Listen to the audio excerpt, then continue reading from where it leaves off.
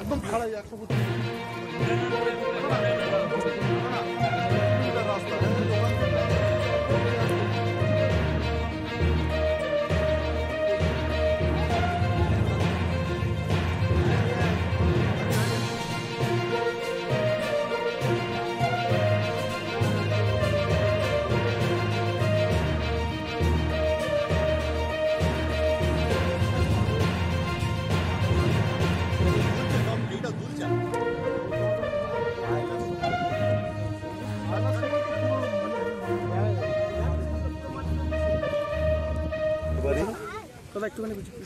আমি গিয়ে মমতা ব্যানার্জির কাছে সব তুলে ধরবো এবং আপনারা তো জানেন দিদি আপনাদের ব্যাপারে সবার আগে সবচেয়ে বেশি বড় ভূমিকা।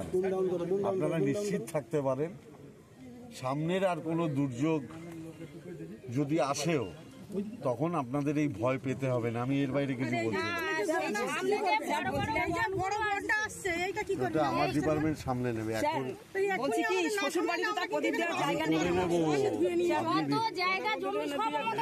আমরা এই রাস্তায় বাস করে আছি, একটা জিনিসপত্র নেই। আমি বলছি তারপরে এসে দুটো বাঁশ দিয়ে একটু এখন তো গিট্টি দিয়ে গেলে তো হবে না, বাঁশটাকে ভালোভাবে ঠিকঠাক করতে হবে। এইভাবে তো এ করলে হয় না। না ভালো করে হবে। আমি তো এসছি ওই জন্য, নইলে আমি আসিনি। হঠাৎ আজকে এলাম কেন? শাল পাইলেন বা বাঁশের কিছু হবে না। কি বলতে ভালো করে কি কথা শেষ হয়েছে কি বলে আমি কি আগে এসছি কোনোদিন? তাহলে আজকে এলাম কেন? আমাকে যাতে এটা ভালো কাজ হয় সেই জন্য আমি আমরা তো সবসময় যাতে স্থায়ী কিছু করা যায় সেটার জন্যই আমি এলাম। আপনারা আমরাও চাই আপনি আমাদের একটা স্থায়ী কিছু। আমি তো ওই জন্য আমি এলাম কেন? আমি এসছি এর আগে কোনোদিন? কথা বলছে তো দেখে নিচ্ছি। আমি তো আজকে এলামই এই কারণে। আমি তো এর আগে আসিনি। আমি তো আজকে এলাম কেন? আপনাদের সাথে কথা বলার জন্য মমতা ব্যানার্জি আমায় পাঠিয়েছেন। নিজের চোখে দেখে এসো, ওনাদের কি সমস্যা দেখে এসো, সমাধান করতে হবে।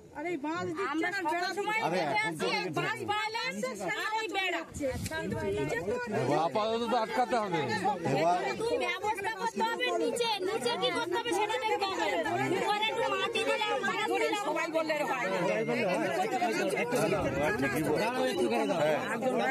ওনারা ঠিকই বলছেন। ওনারা ঠিকই বলছেন। ওনারা তো ওনাদের দুঃখ করছেন। আপনি গিয়ে দেখে আসেন। আমরা প্রত্যেকটা গনে গনে জিনিস নিয়ে স্কুল মাঠে গিয়ে উঠছি, আবার স্কুল মাঠ থেকে বাড়িতে এনে তুলছি। আমরা কত করতে পারি? ভিডিওকে বলো যেখানে আমি তো আচ্ছা এক এক করে বলুন, এক এক করে। আরে ঠিক আছে, আমি তো সেই জন্যই এখন আপনি যদি বলেন কালকেই করে দেন আমি তো পারবো না। আমরা তো সেটা বলছি না, আমরা বলছি বড় বড় যে কোটালগুলো আমি আছে। বলছি এখানে এসে থেকে দেখলাম বহুত কিছু ছিল, এখন বলে কিছুই নেই। কিন্তু বাঁধগুলোকে তো ঠিকঠাক ভাবে করতে হবে। আসলে আপনাদের এখন এই মুহূর্তে এগুলো বলে লাভ নেই। আমি কাজটা করে নিই, তারপরে বলবো। আমাদের যে ঘর বাড়ি কিছুই আচ্ছা